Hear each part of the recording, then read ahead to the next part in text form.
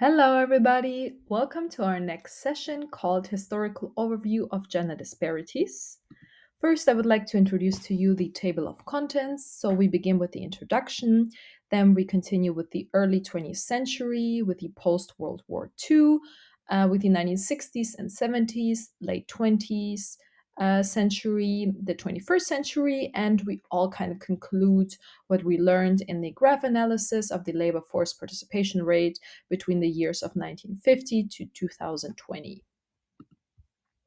First, I would like to explain to you why I believe it's important that you learn about the kind of historical overview, even though our topic is female leadership in view of diversity management. Really understanding the underrepresentation of women and all the barriers that they have to face will help you understand how females lead and how what their part in diversity management is. The time period that we're covering is the early 20th century to today, because I believe that this is the most prevalent and most important kind of time frame. First, I invite you to do the individual thought experiment task and share your thoughts in the blog. So before really diving in, think of all the history classes that you sat through in school and everything you've learned about the history of female representation. What societal norms or expectations might have restricted women career opportunities during this periods, and how do you think those barriers still influence leadership dynamics today? As I said, feel free to really think about that, share your thoughts with the other students in the blog, and come back to dive deeper into this topic. First, we begin with the early 20th century, the foundations of all disparities. So, in the early 1900s, women were largely confined to domestic roles with minimal career opportunities. I think everybody kind of knows that women were expected to get pregnant, have children, take care of the children, take care of the husband who was working, of course, making a living for the whole family. And World War I kind of marked the first turning point as all men went to war. Of course, the country had to kind of continue. So we had a lot of labor shortages, and women had to fill in those traditionally male roles in factories and industries. So the wartime kind of the necessity for women to fill in, it began to challenge those entrenched gender roles, planting the seeds for broader workforce participation. But of course, leadership roles were only open for men, even though women had to fill in, those remained still male dominated. Post World War II, we have education and workforce participation. First, workforce participation.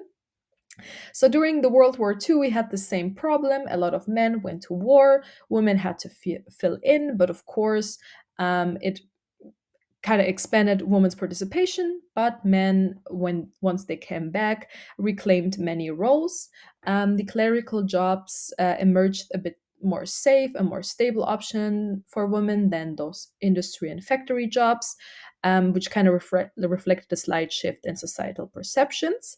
But in the 1960s, we had an increased access to education, which enabled women to enter male-dominated fields, but of course, not to an extent that we're expecting. It was more at that time, everything was male dominated, all fields. So it kind of just helped women to get slowly into it.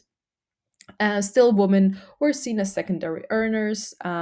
Access to leadership was really limited. Next on, we have legal milestones of the 1960s and 70s. So we had key reforms such as the Equal Pay Act and the Civil Rights Act, which addressed wage discrimination and workplace exclusion. For the Civil Rights Act, we also had less discrimination, not only based on gender, but also based on race. Very important for diversity management.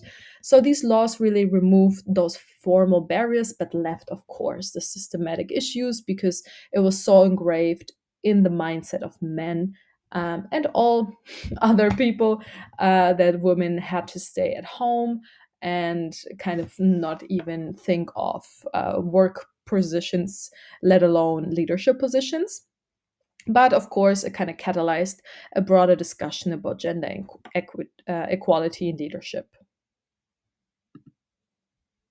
So, what kind of structural barriers still are happening in the 1990s and so in the late kind of 20th century?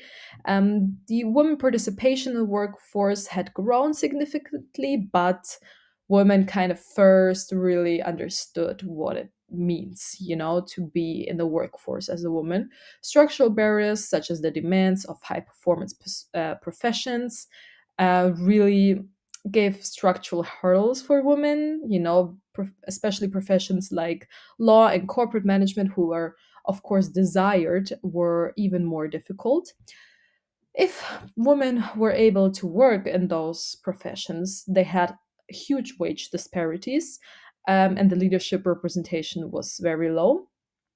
Because, of course, they had disproportionate expectations for caregiving, which really limited women's ability to meet the demands and, yeah, to kind of uh, be as good as men in those roles.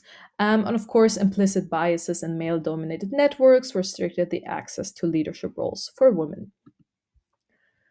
What are the ongoing challenges in the 21st century? So, of course, we have, as I said, unconscious bias. We have unrecognized bias, especially from men who are not as reflected.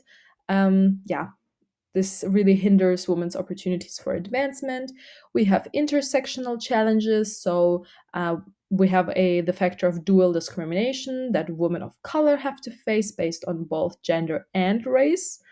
Women have to kind of navigate a maze. For a woman's career, the pathway, especially if she wants to reach leadership roles, is rarely straightforward.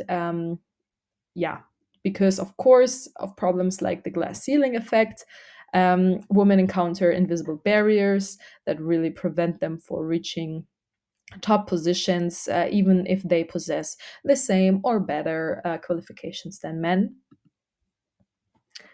In conclusion, I have here on the right a graph. It's the development of labor force participation rate of women, especially in the US. And you can see it's from the time frame of the 1950s until 2020. And in the early 20th century, the workforce participation was a minimal, of course, due to restricted opportunities. That's why it's not covered here, as well as the World War Wars. Yeah, it was still very, very low. You can see the first kind of significant growth in the 1970s because you kind of have the time lag, even though those legislative measures came in the 1960s, they need some time until they really manifest within the society. So we still have very little leadership roles for women, but at least a higher labor force participation.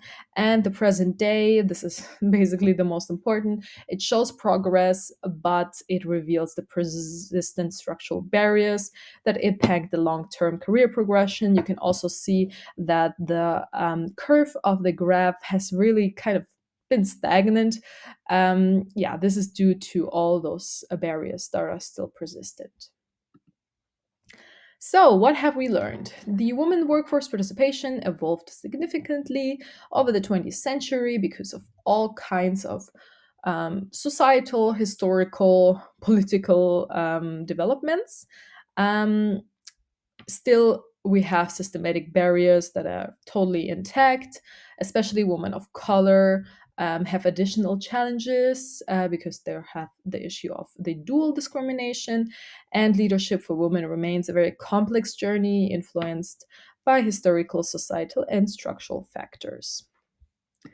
Thank you so much for participating in this chapter today. Please feel free to review everything, go through everything one more time, and check your knowledge in the online test. See you very soon.